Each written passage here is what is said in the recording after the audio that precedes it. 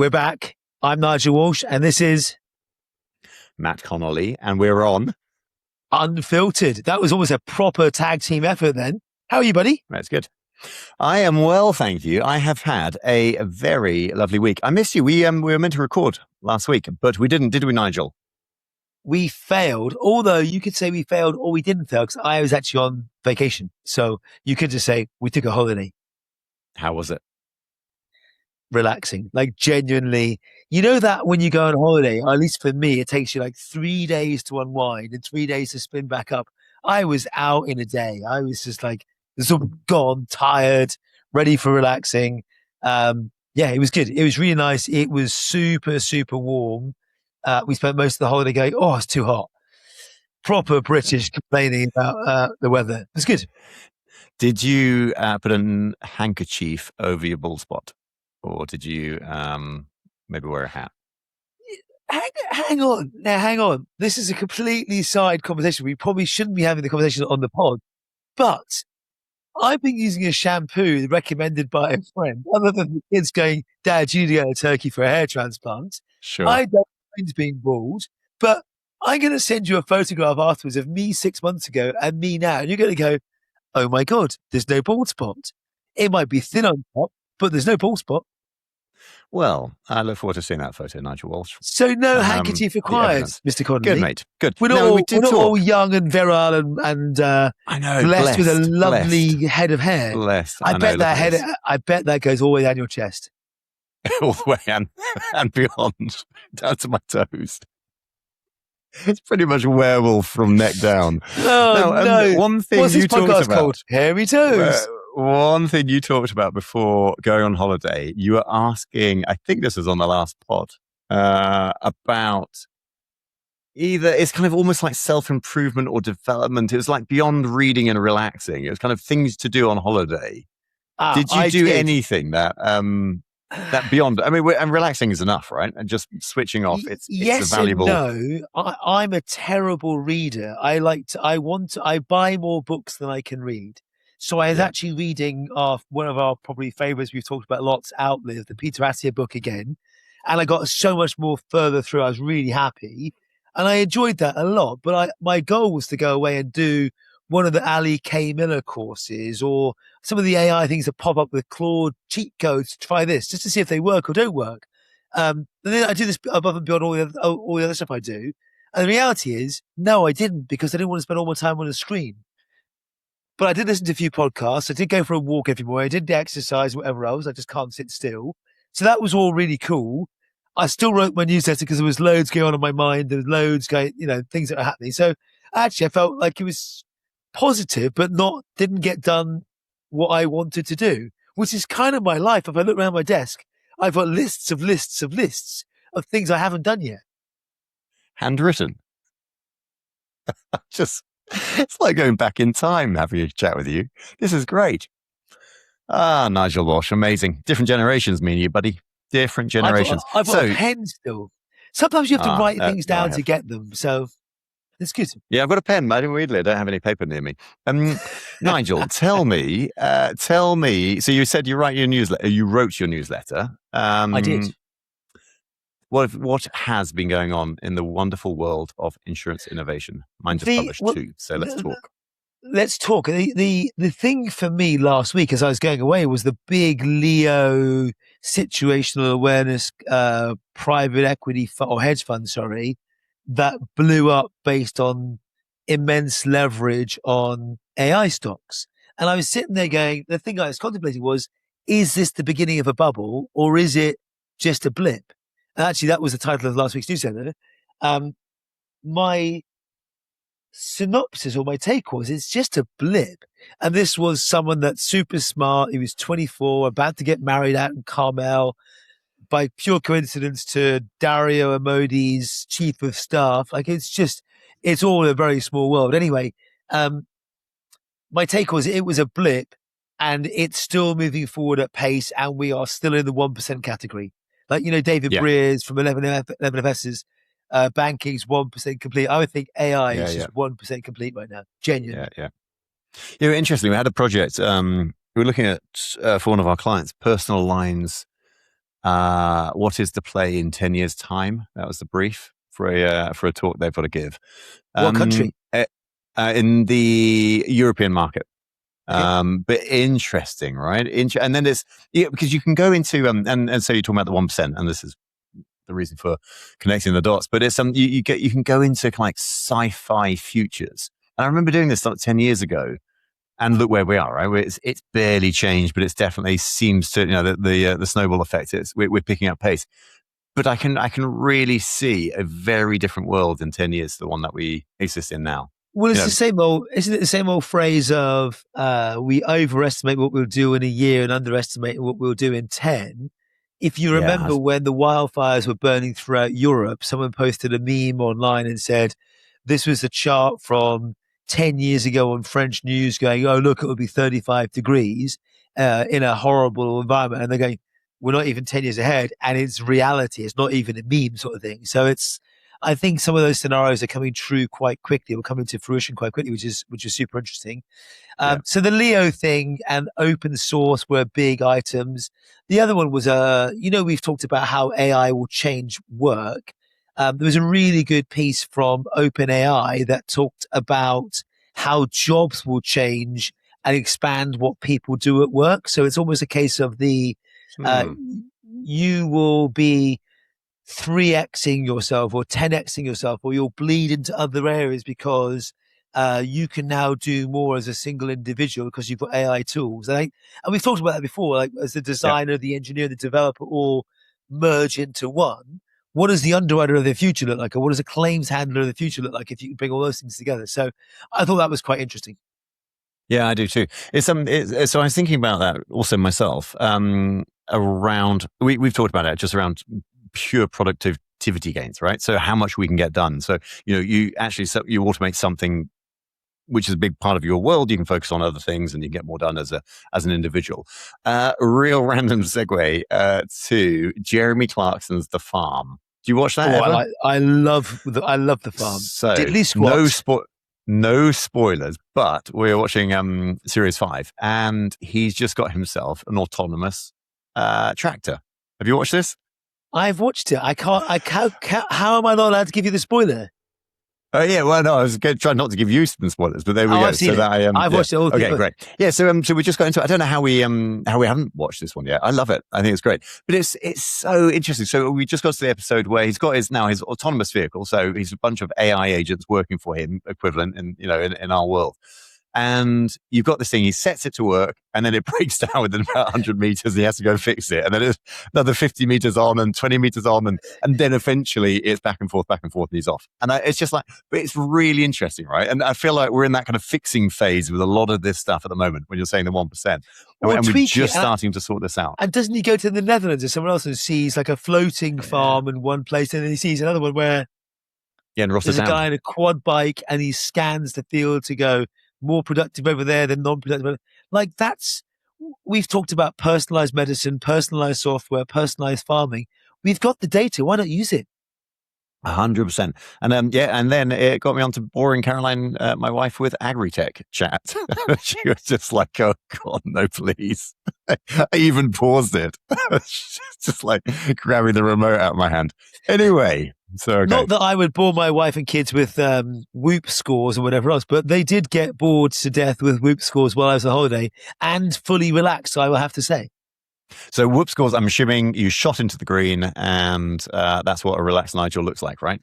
I was double my typical scores, and I came straight back with a bang to a red with a 5 a.m. wake up call. I was like, oh my God, welcome home. Yeah, mate, sleep's important. Look at us. I know. Still not wearing it though. Look. What else? I mean, maybe you've got an old fashioned original abacus style Whoop. I've done a step. That's right. I've done a step. What's news in your world? What have you seen in the news that's caught your attention? A lot has been going on in the world of sonar. I feel like I'm using Calendly a lot more than I ever have. I think because we're going through a load of Sonar 2.0 beta testers, and I'm sending a lot of automated emails out. And in return, with those automated emails, I've got Calendly links. And I think I've just had 500 meetings or something in the last few weeks. That's an insane amount. That's a lot of meetings. Now, hang on. I didn't know this about you. Like Calendly for me is like a red rag to a bull. If you ever send me a Calendly link, like the chances of meeting are probably 0 to 1. I'm sorry, can you say that again? I don't like it. I don't know why. It invokes a reaction to go, no, but it's, how yeah, about but I it's make not like, you do the work for me? No. Okay. So that would be never how I phrase it. I also share that. If someone sends me the expectation on me to sort that out, I really freaking hate it. What I will do is I will say, let me know when you're free. I'll set up an appointment. If it's easier, here's a link that you can access my diary. That's got to be a better, softer landing, right? Hard no. I just well, that's why you and I haven't had a meeting. That's why, or you've been on holiday. Anyway, so I've been busy having meetings, but it's exciting. But with that actually comes a bunch of conversations with people all over the world, albeit not New Zealand, and you're just getting a fresh take, fresh perspective, what people are looking at, what's working, what's not working, all the rest. Anyway. So things that I wrote today in my So News, which has just gone out, are I looked at OpenAI Presence that had teamed up with. And this is not a model. This is not an API. This is a product from OpenAI, which is voice agents, which can be applied to the claims space. So people phone in, and it goes to an OpenAI voice agent. Good, bad. They're working with BBVA in Mexico, first client, with SoftBank in Japan, and now IAG in Australia. And it's software, not hardware. Is that right? Or what is it? Yes, software, not hardware, as I understand it. But I think it's, so I didn't do too much digging because I just read about it this afternoon and found it. But I think it's really interesting when you've got the guide wires of the world bringing out, I can't remember their new little product this week, but again, an agentic claims, something or other. And then you've got OpenAI stepping into that space, right? And you've got a love-hate out there in the market for the likes of Guidewire and others, and that's just the natural course of a market, right? You've got some dominance from certain players, so they wonder whether to go with the dominant player or they go with a bunch of others. And then you've got these frontier models stepping into creating products that are useful for the market. I'm like, interesting. So that I thought was it goes back was to something. We've had lots of conversations with people going, or our questions asking, so where do frontier models fit going forward? And this is about the commoditization of frontier models. And at what point do they become hey, we've got to do something else, or the value that we've got gets overtaken by a Kimi K3 or open weights or whatever else it might be. So it is a really interesting one to go, what can we keep doing? Now we've established credibility. What can we do with it? Or if we just get to this point and then stop, are we dead? Yeah. So they have to almost keep moving up to be application layer or functional layer, because the frontier model on its own is interesting but not super helpful, I think. Yeah, that's really interesting insight, especially around they have to grow. I mean, we've talked about it in the startup world, right? Grow at all costs, but they have to because they're. And contact center is easy because it's horizontal and applicable to every organization. Like we have contact center capability at ServiceNow, and it's horizontal because we don't care what industry it goes into. We have different capability for healthcare payer or government or retail or insurance because they're nuanced. Like claims management is very unique to insurance and is different for retail claims, commercial claims, life claims, healthcare. You got to work out which ones are broad and have the biggest addressable market, I guess. I think there's a nice way to go. Got frontier, now it's applied to contact centers. It's everyone. Yeah. And also super interesting to see then what Anthropic, Gemini, all the others are going to respond with, right? Well, I say all the others. Well, I speak from a Google experience. I know Google's already got contact center AI, as does Amazon with Amazon Connect or whatever else. Yeah. And you got to work out, well, what do we now do if we just plug Gemini into contact center AI or Bedrock into AWS Connect? I'm sure they're already connected. Yeah. So is this actually OpenAI playing catch up with the existing hyperscalers? True story. Which actually, True story. which actually gives me a question. I don't know if you noticed, but the hyperscalers did all of their announcements last week on earnings. Mhm. Google came out with an 82% or 83%, I think it was 82% growth in quarter. 82. And their stock dropped. Microsoft came out with, I think it was flat, and their stock popped. And it wasn't Because about of expectation management, or because of investments in CapEx. So Google had negative free cash flow, I think, for the first time, or for it was like yeah, a significant number, multiple billions. And they're sitting there going, at what point do we get our return on the money? Which then led to the whole Leo issue with situational capital and all that sort of stuff. Like, it's just crazy, right? hey, that's amazing. I can't believe Google dropped as well. 83%. Well, I'm sure you don't have any shares in them, so you'll be fine. I can either comment or deny that. Indeed. What Anyway, else? so What yeah, else? so a big week. You talked about the wildfires. So I didn't realize that business interruption doesn't include. I was just thinking about the displacement of all of these people and all of these businesses in France who got displaced and therefore had to close their businesses and shut shop for a few weeks, would not have been covered by business interruption in France. Interesting. Is that a French thing specifically? That is a French thing, as far as I'm aware. I didn't know that. No, hopefully I'm right in that. Maybe if anyone is listening who knows this better than I do and can tell me I'm wrong, let us know. But yeah, so I found that out also today. But what I was looking at, it wasn't anything to do with wildfires. It was actually to do with data centers and the fact that a decent data center might cost 20 billion. No one wants to insure something that costs 20 billion because that's a pretty heavy, or they might want to insure it, but no one's going to buy it. And then it's not about the damage necessarily to the data centers that needs to be insured, right? It's about them failing for a bunch of other reasons. And so this is in fact reverse out one step further. This is all to do with what? I think I was reading the Gallagher quarterly InsurTech report. So Andrew Johnson, Freddie Scarrett, always a great read. And they were just talking about, it's almost kind of like no damage, no pay vibes. And what, it's not always about the damage that's being caused that needs payouts. It's actually, there's a bunch of other stuff that we need to think about when we're protecting stuff. And that was all it was. And so, so the French example, data centers, the rest. It reminds me of the COVID situation. If you remember the non-denial of access, no physical damage, but you couldn't actually get your building because there was a government order in place.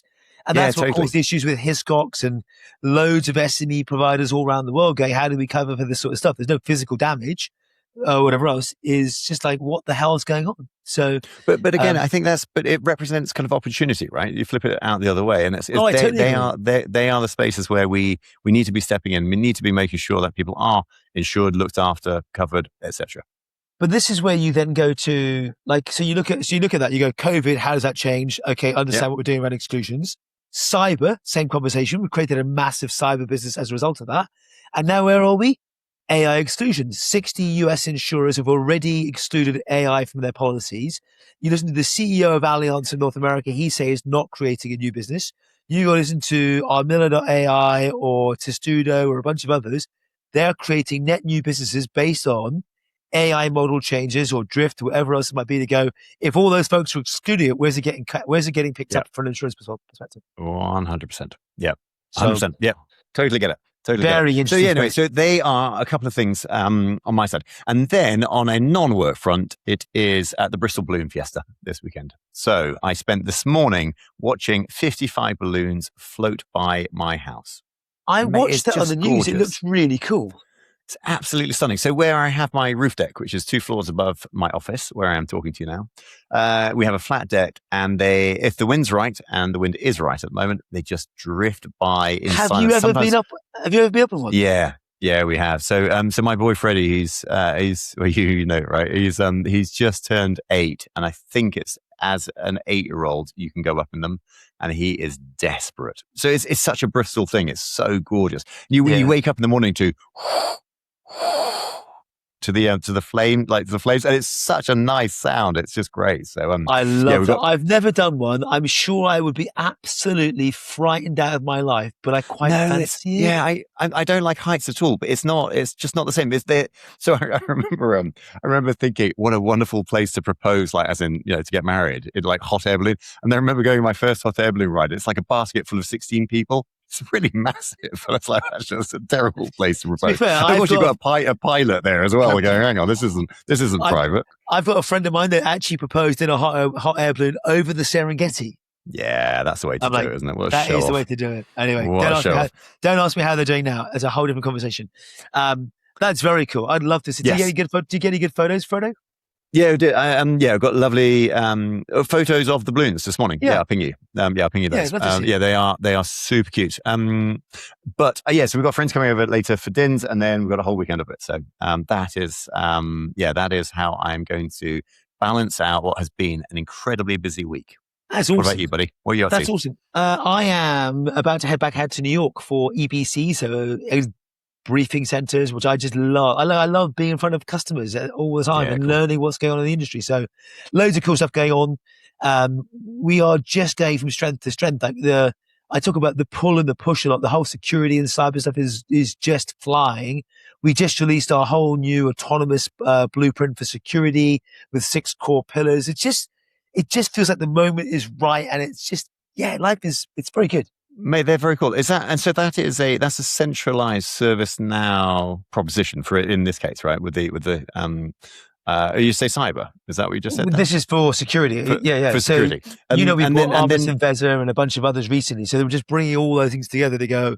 I talk about pull and push, and the pull for me is people going, we need to govern these things. You've seen the quote from Bob Pick, by the way, that says, AI agents are running a year ahead of governance. So people need to go, how are we going to govern all that? What are we going to do to understand it? How are we going to give visibility? The EU AI Act came into force 5 days ago. So now you haven't got a choice. You've got to be able to prove what's going on at any one point.